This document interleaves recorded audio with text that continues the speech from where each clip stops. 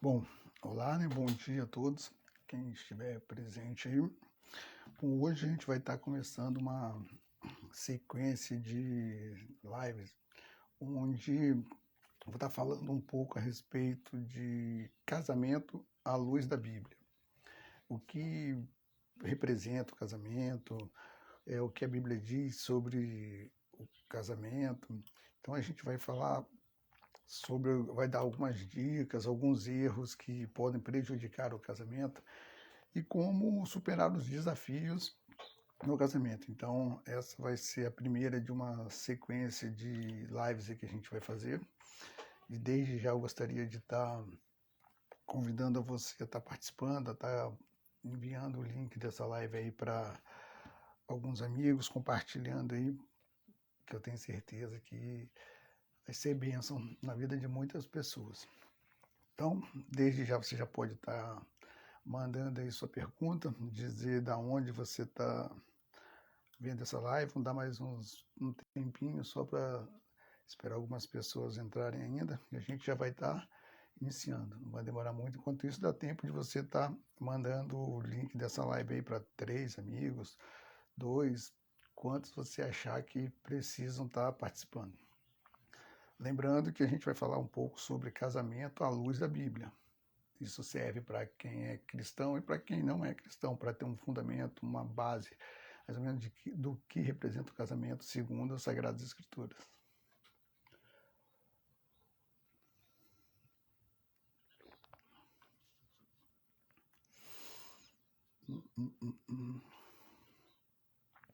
Bom, e desde já, lembrando que você pode estar enviando sua pergunta, qualquer dúvida, qualquer coisa que você tiver, aí você pode estar enviando sua pergunta, que está dando um jeito de estar respondendo aqui segundo meus conhecimentos. Então vamos lá, né? Acho que mais para frente o pessoal vai entrando aí. Vamos começar. Bom, primeiramente, bom dia a todos que já estão de pé aí. E a gente vai estar falando um pouco, como eu havia falado, de casamento à luz da Bíblia. O que representa o casamento segundo a Bíblia. E assim, o que vocês esperam, vocês que estão assistindo essa live, o que vocês esperam aprender com essa live? Quais são as principais dúvidas? Vai comentando aí quais as principais dúvidas que você tem, assim, as coisas que você acreditaria que poderia ser mudado.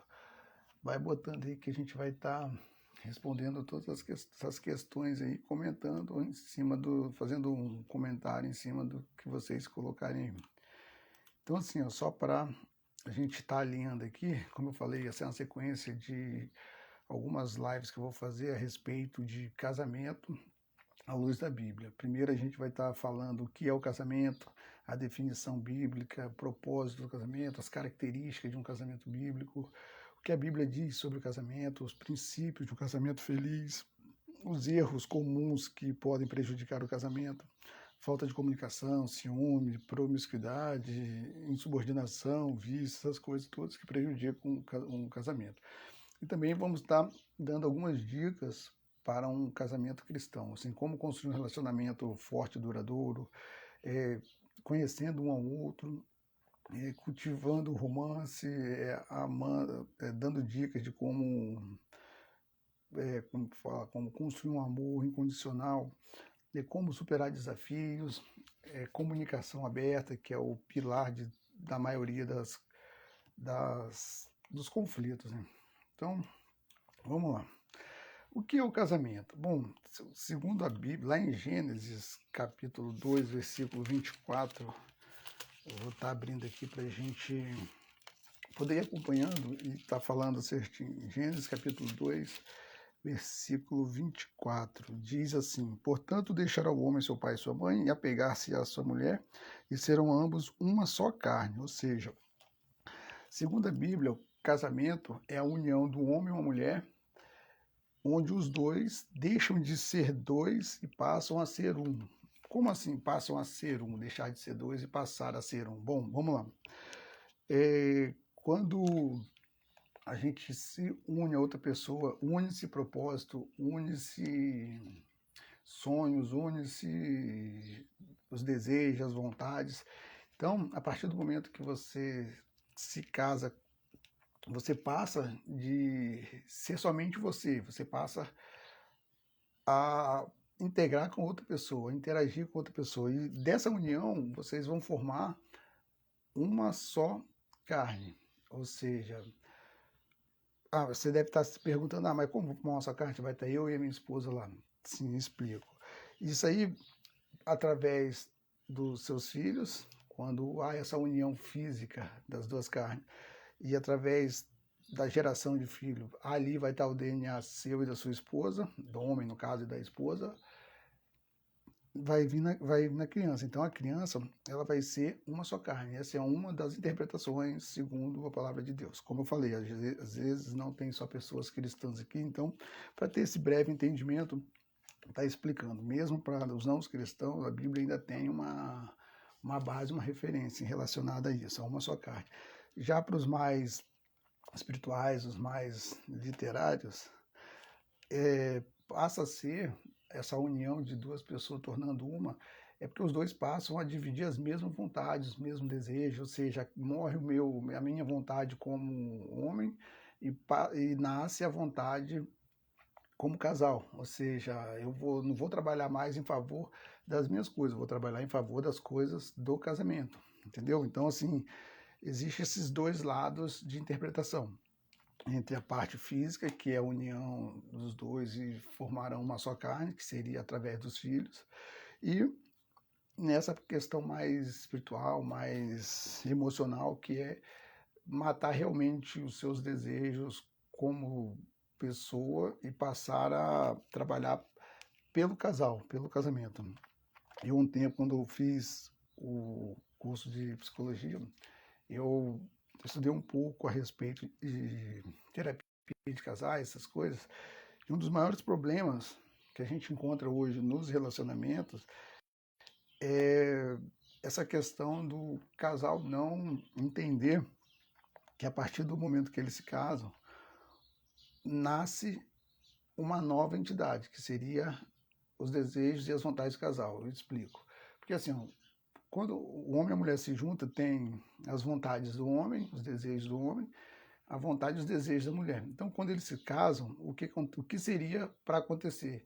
Essas vontades independentes de um do outro eram para morrer e nascer uma nova vontade, aí, os novos desejos, que seriam os desejos, as vontades do casal. Na psicologia chama isso de a entidade do casamento. Então, quando você casa, existe a entidade do marido, a entidade da esposa, que são esses desejos, vontade, passa a existir a entidade do casamento. Então, o correto era o quê?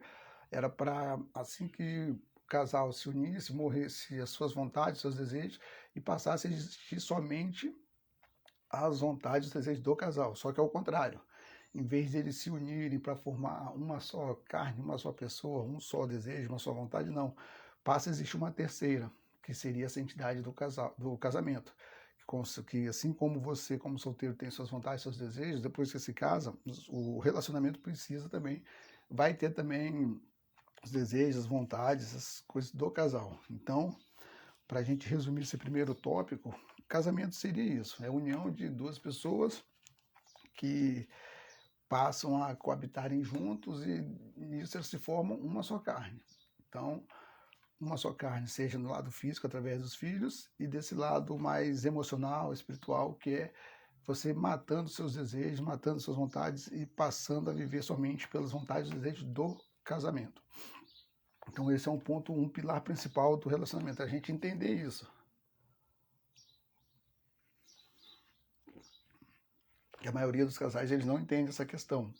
Eles acham que, mesmo depois de casado, eles podem passar a ter vida de solteiro, a ter uma vida desregrada, e acaba trazendo conflitos para dentro do relacionamento. Então, essa é a primeira definição do casamento segundo a Bíblia, que a referência lá é Gênesis 2:24.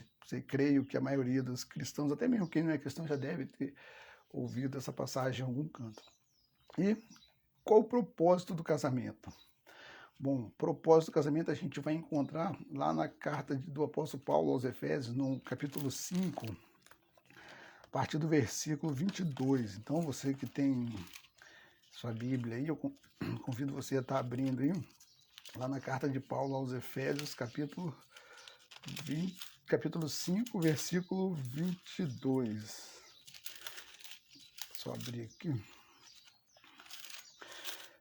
Aqui, pronto, capítulo 5, versículo 22. Então, vamos lá. Capítulo 5, versículo 22, a gente vai falar do propósito do casamento. Bom, vamos lá. O propósito do casamento, Efésios 5, a partir do versículo 22 até o 33. Vós, mulheres, sujeitai-vos aos vossos maridos como ao Senhor, porque o marido é o cabeça da mulher, como também Cristo é a cabeça da igreja, sendo ele próprio o salvador do corpo. De sorte que assim como a igreja está sujeita a Cristo, assim também as mulheres sejam em tudo sujeitas a seus maridos. Vós, maridos, amai vossas mulheres, como também Cristo amou a igreja, e assim mesmo se entregou por ela, para santificar, purificando com a lavagem da água pela palavra, para apresentar a si mesmo como igreja gloriosa, sem mácula, nem ruga, nem coisa semelhante, mas santa e irrepreensível. Assim devem os maridos amar suas próprias mulheres como a seus próprios corpos, que quem ama sua mulher ama a si mesmo, porque nunca ninguém odiou a própria carne, antes a alimenta, sustenta, como também o Senhor a igreja, porque somos membros do mesmo corpo e da sua carne e dos seus ossos. Por isso deixará o homem seu pai e sua mãe, e se unirá à sua mulher, e serão dois numa só carne. Grande é este mistério. Digo, porém, a respeito de Cristo e da igreja. Assim também vós, cada um em particular, ame sua própria mulher como a si mesmo, e a mulher reverencia o marido. Bom, então aqui na carta de Paulo aos Efésios, no capítulo 5, versículo 22 ao 33, fala do propósito do casamento. Então você que depois quiser dar uma conferida, dar uma lida, uma análise estudada sobre isso, vai anotando essas referências bíblicas aí. Então assim, ó, só que aqui Paulo deixa claro qual é o propósito do casamento. Quando Deus instituiu a instituição do casamento para o homem, qual o propósito que ele quis inserir aí. Vamos lá, Paulo ele fala aqui que as mulheres devem sujeitar-se aos maridos. Há muitos, hoje em dia principalmente, se você for falar isso em alguma situação para algumas mulheres, vai dar até confusão, porque nenhuma mulher vai aceitar sujeitar-se ao marido, né? Então hoje existe um movimento feminista aí que trabalha, não só hoje, há bem muito tempo, mas hoje está bem forte isso aí devido às redes sociais, onde cada um fala, pensa o que quer, bota o que quer. Então assim, hoje, se você falar sujeitar aos vossos maridos, muitas mulheres vão arrumar até briga. Então, para a gente entender melhor isso aí, quando a gente fala sujeitai-vos ao vosso marido, não quer dizer que a mulher tem que ser capacho do marido. Pelo contrário, se você for buscar a partir do texto original, do texto realmente como foi escrito e do que representa, ele quer dizer que tanto o homem como a mulher eles têm sua função dentro do casamento. Então, essa parte de sujeitai-vos quer dizer que a mulher faça a sua parte, o marido faça dele. Só que o marido como o cabeça e a mulher como cooperadora. Nem a Bíblia também fala que do corpo o marido é a cabeça e a mulher é o corpo. Então, o marido direciona e a mulher executa. Então, dentro do casamento, tanto o homem como a mulher eles têm o papel. Então, se cada um desenvolver seu papel corretamente, o casamento tende a dar certo, independente da situação. Bom, não quero dizer assim o papel de marido e mulher como a gente instituiu, que marido trabalha fora, mulher cuida da casa. Não, não é isso que eu quero dizer. Eu quero dizer em relação a tudo, seja na evolução do casal, na criação dos filhos, no crescimento espiritual da casa, crescimento financeiro, até mesmo no crescimento próprio, o crescimento financeiro, que isso influencia muito. Quando homem e mulher eles fazem o seu papel, cumprem o seu papel dentro do relacionamento, eles tendem a prosperar em todas as áreas, independente da situação que eles vivem. Então, assim, quando essa palavra fala sujeitai-vos, ele quer dizer isso, não quer dizer que a mulher tem que ser capaz, tem que ser inferior ao homem, não, pelo contrário, os dois foram criados juntos, os dois têm ali seu papel, tanto que se fosse para ser assim, se a mulher fosse inferior ao homem, em momento nenhum precisaria ser criada, correto? Porque já o homem ali se bastava. Então, todos os dois têm sua importância dentro do relacionamento e seu papel. Então ele tem que ser executado de forma clara e correta. Então é isso que o apóstolo quer dizer, que independente da situação, o marido ainda ele é o cabeça, ele é o que direciona, ou seja, o que recebe a instrução divina e que através da mulher ele executa. Pense no casamento como uma máquina, o marido ali um robô, o marido a cabeça do robô e a esposa o corpo. Então o marido recebe a instrução e o corpo executa. Então é isso que funciona no casamento. Então você pode ver que a mulher ela tem um dom especial de prosperar tudo. Tudo que você joga na mão da mulher, ela tem o dom de fazer evoluir, de fazer prosperar, de fazer germinar. E isso aí você vê em questão da própria geração de filhos. Ou seja, o homem planta uma sementinha ali na mulher espermatozoide e ela gera um novo ser humano. Então assim, a mulher, por princípio bíblico, por natureza bíblica, ela tem esse dom.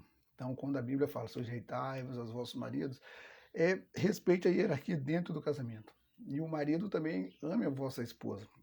Isso aí não se... Essa passagem aqui não fala muito isso, que o marido deve amar a sua esposa. O que é amar a esposa? É se entregar por ela, é dar sua vida por ela, literalmente. É proteger a sua esposa, literalmente.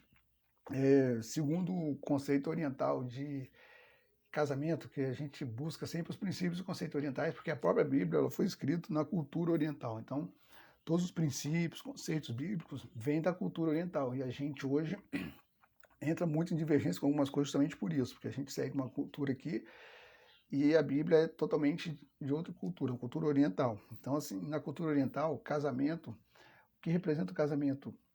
Representa como se fosse... como se o marido tivesse como eu posso dizer, uma casa e a mulher fosse seu hóspede. Ao se casar, ele teria que cuidar dessa mulher como um hóspede dentro da sua casa. Deixa eu explicar melhor para não ficar muito vago. Exemplo, você se casa, a função do marido é proteger e honrar a mulher.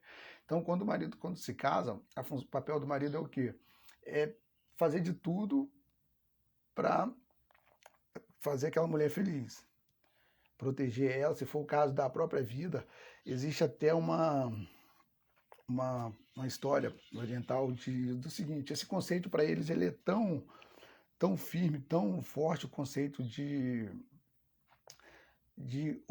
hóspede e anfitrião, que, assim, que para os orientais o casamento é isso, representa isso, esse conceito de hóspede e anfitrião, o marido sendo o anfitrião e a esposa o hóspede. Então, cabe ao marido cuidar para que nada aconteça com a sua esposa enquanto ela estiver debaixo de sua proteção, ele faça tudo por ela. Então, assim, existe uma história onde fala o seguinte, que em determinada cidade lá do Oriente aconteceu de um rapaz embriagado de carro passar numa rua, num bairro, onde tinha umas crianças brincando e atropelar uma criança. Ele atropelou e saiu do local, né? Porque a população se juntou e ele conseguiu sair do carro e fugiu e entrou numa casa próxima ali. E a pessoa que atendeu abriu a porta e ele fez com que ele entrasse. Ou seja, ele ao cruzar ali a soleira da casa, ele passou a ser hóspede daquele anfitrião, daquela pessoa que abriu. E cabe àquele anfitrião a zelar pela segurança daquela pessoa ali dentro, enquanto ele estiver ali dentro. E nisso veio o amigo dele desesperado, gritando, chamando ele lá. Ele foi atender o amigo e foi ver o que tinha acontecido. Aí o amigo foi e falou que um rapaz embriagado tinha atropelado e acabou de matar o filho dele de 7 anos, que estava brincando na calçada. E ele foi e perguntou a esse rapaz o que tinha acontecido. O rapaz foi e falou que infelizmente aconteceu isso, ele acabou de atropelar, só que não viu o que tinha acontecido, largou lá e fugiu. Então, quando o amigo dele viu esse rapaz dentro da casa e soube que era ele, logicamente, pela reação humana, ele quis fazer uma coisa. Só que, como ele estava debaixo da proteção desse outra pessoa, a outra pessoa teve que zelar pelo cuidado dele, para não deixar que o amigo fizesse nada contra ele, independente do que tinha acontecido. Ele teve que cumprir o papel dele. Então, no casamento acontece muito isso. É para acontecer isso, ou seja, a mulher, ela é responsabilidade do marido, cabe ao marido proteger, cabe ao marido sustentar, cabe ao marido fazer de tudo para que ela seja feliz. Hoje, aqui no Ocidente, nessa cultura que a gente tem esse conceito de querer casar para ser feliz. Primeiro o conceito que eu quero casar porque eu quero ser feliz. É o contrário, você não casa para ser feliz. Você casa para fazer o seu cônjuge feliz. Então, com isso, você vai ter que abrir mão de algumas coisas, você vai ter que ceder de algumas formas. Então, quando a gente casa para ser feliz, a gente está sendo egoísta. A gente está alimentando uma cultura egoísta em que onde qualquer coisa que nos desagrade vai ser motivo para separação. Então, o principal conceito de casamento hoje no Oriente, segundo o conceito, princípios bíblicos, que a Bíblia foi escrita com princípios e conceitos orientais, é de casamento ser uma instituição de hóspede e anfitrião. Então, o marido, o anfitrião, e a esposa, o hóspede. Então, cabe ao marido, enquanto a esposa estiver debaixo do seu teto, debaixo da sua casa literalmente, cabe a ele proteger e honrar essa mulher. Então, quando a Bíblia, nesse versículo aqui da carta de Paulo aos Efésios, no capítulo 5, do 23 ao 33, do 22 ao 33, quando ele fala aqueles famosos versos, ó, vós mulheres, sujeitai vosso marido, porque o marido é a cabeça, e o marido amai vossas mulheres. Então, ele quer dizer isso, que cabe ao marido e à mulher, tanto um como o outro, ter suas funções e cada um exercer essas funções dentro do casamento, não um querer tomar a função de outro, porque hoje a gente vê, a Bíblia fala que cabe ao marido dar o sustento, levar o sustento para casa. Hoje, muitas mulheres fazem isso, papel invertido. Por isso que a gente vê hoje famílias desestruturadas, filhos cada vez mais longe de princípios e conceitos familiares. Então, tudo isso tem consequências. Então, aí as consequências são essas, família desestruturada. Agora, quando você cumpre o seu papel, você marido, você esposa, cumpre o seu papel dentro do casamento, independente da situação que vocês estejam vivendo, vocês tendem a prosperar em tudo, seja financeiramente, seja espiritualmente, seja em qualquer área. Então, cabe ao marido e à esposa cumprir o seu papel. Então, é isso que nesse versículo o apóstolo quer dizer, que cada um faça a sua parte. A mulher, sujeitai-vos, porque sujeitai-vos realmente, quando você ouve a primeira vez, você acaba ficando com a palavra estranha, sujeitai-vos. Então, o correto seria honrar, entendeu? Então, assim, fica estranho, mas você tem que entender. Você não tem que ir somente pelo que está escrito, porque no decorrer do tempo, várias e várias traduções bíblicas, algumas palavras às vezes foram mudadas, outras modificadas, então que muda totalmente o conceito do que quer dizer. Então, entenda que aqui ele quer dizer isso, que mulher não é capacha de marido, pelo contrário. Tanto o homem como a mulher, eles têm suas responsabilidades dentro do relacionamento e devem ser cumpridas. E, dando sequência, as características de um casamento bíblico. A gente vai ver lá na carta de Paulo aos Coríntios, no capítulo 7. A gente for lá rapidinho, a gente tá assim, eu estou usando a Bíblia porque, como eu falei, vai ser uma sequência de lives onde a gente vai falar de casamento segundo a luz da Bíblia e nada mais correto do que estar acompanhando aqui na Bíblia. Então, para a gente entender um pouco das características do casamento, a gente vai lá na primeira carta de Paulo aos Coríntios, no capítulo 7. A partir do capítulo 7, a partir do versículo 3. Bom, vamos lá. O marido pague à mulher a devida benevolência e da mesma sorte a mulher ao marido. A mulher não tem poder sobre o seu próprio corpo, mas tem no marido. E também, da mesma maneira, o marido não tem poder sobre o seu próprio corpo, mas também tem numa mulher.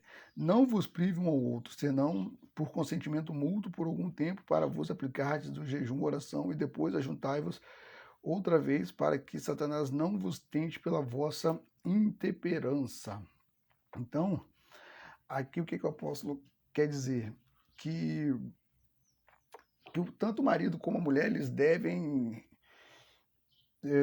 respeito um ao outro. Eles devem, que quando fala benevolência, deve fazer o bem um ao outro. Cabe ao marido fazer bem à sua mulher, cabe à mulher fazer bem ao seu marido. Então, as características de um casamento cristão, um casamento segundo a luz da Bíblia, um casamento que tem tudo para dar certo, quer dizer isso, que tanto o marido quanto a esposa fazer bem um ao outro. Cabe a ele dar a devida benevolência à sua mulher. Então, a mulher também dá a devida benevolência ao seu marido. Isso quer dizer que fazer bem um ao outro. E hoje, por incrível que pareça, é totalmente ao contrário. O marido quer fazer bem a ele mesmo, a mulher quer fazer bem a ela mesma. Então, fica essa briga de conceitos aí. E hoje os casamentos dentro de casa são como um cabo de guerra, cada um puxando para o seu lado. Se os dois se unissem e puxassem para um lado só, seria mais fácil, mas não. Fica cada um defendendo suas ideias, seus conceitos, seus princípios, um brigando com o outro, fazendo do casamento uma batalha, não uma união. Então, as principais características de um casamento bíblico, casamento cristão, casamento que vai dar certo, casamento que para dar certo, são essas. Cabe ao marido dar a devida benevolência à sua mulher, cabe à mulher dar a devida benevolência ao seu marido, ou seja, fazer o bem, fazer bem a mulher. Marido, faça bem a sua esposa, esposa, faça bem ao seu marido, que é isso que vai fazer com que seu casamento seja feliz e próspero.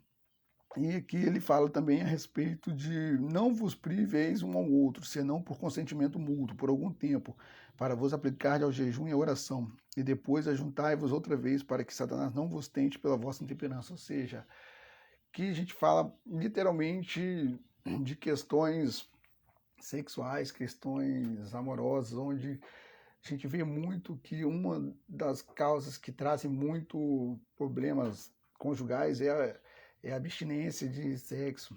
Às vezes a esposa quer punir ao marido negando a ele sexo e vice-versa, em algumas situações, marido, a mulher. Então, isso tudo vai dando autoridade para o inimigo trabalhar na nossa mente, entendeu? Vai estar dando oportunidade para uma olhadinha, um pensamento impuro ali, entendeu? Então, evite essas coisas, porque é isso que vai acabar com o seu casamento. Você não vai estar punindo seu marido, você vai estar punindo a si mesmo, que amanhã ou depois o maior prejudicado ou a maior prejudicada pode ser você mesmo. Então, pense antes de tomar qualquer atitude em relação a esse respeito. Faz o que a palavra de Deus fala, que eu tenho certeza que você não vai se arrepender. E para você que não é cristão, que não segue esses conceitos bíblicos, experimente fazer, que você não vai ter nada a perder, eu tenho certeza que só vai ter a ganhar. E depois você me fala se realmente teve ou não. Tenta fazer essas coisas, tenta buscar na palavra, na Bíblia, algo em relação para melhorar seu casamento. Eu costumo dizer assim, para você que não é cristão, às vezes você está aí num relacionamento que já está praticamente frustrado e já indo por água abaixo, você não consegue fazer nada, por mais que você já tenha buscado ajuda em outras situações e as coisas não mudaram. O que vai custar você pegar a Bíblia, tentar aprender um pouco mais sobre relacionamento, fazer algumas coisas para ver se vai ter resultado? Não custa nada, né? Tente, que eu tenho certeza que o resultado vai ser outro, você vai se surpreender. Bom, a gente falou um pouco de definição bíblica de Gênesis, falou um pouco de propósito do casamento lá em Efésios e falou um pouco das características bíblicas, as características de um casamento bíblico, perdão, que lá em 1 Coríntios. Então, assim, caso você que tenha alguma pergunta, alguma dúvida e já quiser colocar aí para a gente tentar responder, que assim, eu vou ver até onde a gente consegue ir, porque, como eu falei, essa vai ser uma sequência de lives a respeito de casamento segundo a luz da Bíblia. E hoje eu acredito que a gente pare por aqui para não ficar uma coisa muito maçante. Mas hoje a gente fala um pouquinho a respeito do que é o casamento. Então, lá em Gênesis fala principalmente o que significa, o que representa o casamento, que é a união de um homem e mulher, onde os dois passam de ser um só, ou seja, onde os dois passam, deixam de ser dois com suas vontades e passam a ser um só. Ou seja, passam a compartilhar dos mesmos desejos, da mesma vontade. A gente falou também aqui a respeito da psicologia, quando ela trata, na terapia de casais, o principal problema é essa entidade do casamento, que quando a pessoa casa, só era para existir ela. Ou seja, você abandonar ali seus desejos, suas vontades, e passar a existir somente a entidade do casamento. Então, hoje os casais não, eles em vez de se unirem para formarem um só, eles formam 3 pessoas, que é a vontade do marido, as vontades da esposa e essa terceira entidade que é a vontade do casal. Então o casal passa a ter ali certas vontades, certas coisas que você precisa fazer em casal. Então a Bíblia, quando fala deixar pai e mãe, o que ele quer dizer? Os costumes, as coisas que você aprendeu com seus pais, lá na sua infância, as coisas que você carrega, deixa aquilo de lado e passa a se dedicar somente ao seu casamento. Isso que a Bíblia quer dizer, assim, uma das interpretações dessa parte é isso. Então, ali em Gênesis 2:24, a gente ainda aprende a definição bíblica do que é o casamento. O propósito do casamento, a gente viu lá na carta de Paulo aos Efésios, no capítulo 5, a partir do versículo 22 ao 33, onde ele fala: mulheres, sujeitai vosso marido, marido, amai vossas mulheres, aqueles famosos versículos onde geram muita discordância entre irmãos e irmãs aí dentro, fora da igreja. Então, porque essa parte do sujeitar ficou muito forte, que quer dizer que tanto marido como mulher, eles têm seu papel dentro do relacionamento. Então, eles devem cumprir com seu papel dentro do relacionamento e não querer inverter as situações. E é isso que tem destruído a maioria das famílias. Famílias hoje estão gerando filhos cada vez com problemas. Então, isso que a Bíblia quer dizer, que o marido tem duas opções. A gente já falou sobre isso também, e se precisar, numa próxima oportunidade, a gente repete. E sobre as características do casamento bíblico, a gente falou lá em 1 Coríntios, que é o marido dá devida benevolência à sua esposa, a esposa dá devida benevolência ao vosso marido, e eles não se negarem um ao outro, ou seja, a partir do momento que se casa, não tem assim, hoje a mídia prega muito isso, meu corpo, minhas regras. Para você que é casado, seu corpo não te pertence tanto para o marido como a esposa. Você que casou, marido, seu corpo pertence à sua esposa, esposa, o corpo pertence ao seu marido. Então, vocês são um só. Essa coisa dessa mídia barata aí que hoje fica tentando destruir nossos lares. Hoje a gente vê um trabalho muito grande aí para acabar com os conceitos familiares que a gente carrega tanto tempo. E hoje a gente vê aí, não precisa nem falar, não está mais que escancarado em uma sociedade onde filhos cada vez mais problemáticos emocionalmente, casamento destruído, pessoas infelizes, pessoas com depressão aí, a doença do século, que nem muitos falam, né? Só que a gente sabe por que essas coisas estão acontecendo. É justamente por conta disso. Estão quebrando esses princípios e conceitos bíblicos que Deus instituiu para o casamento. Então, independente de você ser cristão ou não, como eu falei alguns segundos atrás, você que já está com a situação ruim aí no seu relacionamento, às vezes você já está passando por uma crise, pega a Bíblia, vai dar uma olhada, vê o que ela diz sobre o casamento, tenta fazer algumas coisas que eu tenho certeza que você vai aprender muita coisa e a sua história vai mudar. Bom, e no mais, hoje a gente vai parar por aqui, né, para não ficar muito maçante. Algumas pessoas creio que precisam e vão trabalhar. Então hoje a gente parou por aqui no o que é o casamento. Aí na próxima a gente vai estar falando o que a Bíblia diz sobre o casamento. Então as referências para dessa live de hoje foi a definição bíblica de casamento, que é em Gênesis 2:24, propósito do casamento, que está em Efésios 5:22-33, características do casamento bíblico, que está em 1 Coríntios 7:3-5. E amanhã ou depois a gente vai estar falando do que a Bíblia diz sobre o casamento e alguns princípios bíblicos para um casamento feliz. É amor, honra, comunhão, perdão e oração. E alguns erros que prejudicam o casamento, que é a falta de comunicação, ciúme, promiscuidade, insubordinação e vício. Então, desde já agradeço a todos que participaram. Se você puder compartilhar essa live com mais alguém que precisa entender e aprender o que é o casamento, compartilhe aí. E, mais uma vez, agradecer aqui pela participação de todos. Todos tenham um bom dia, Deus abençoe a todos e até uma próxima.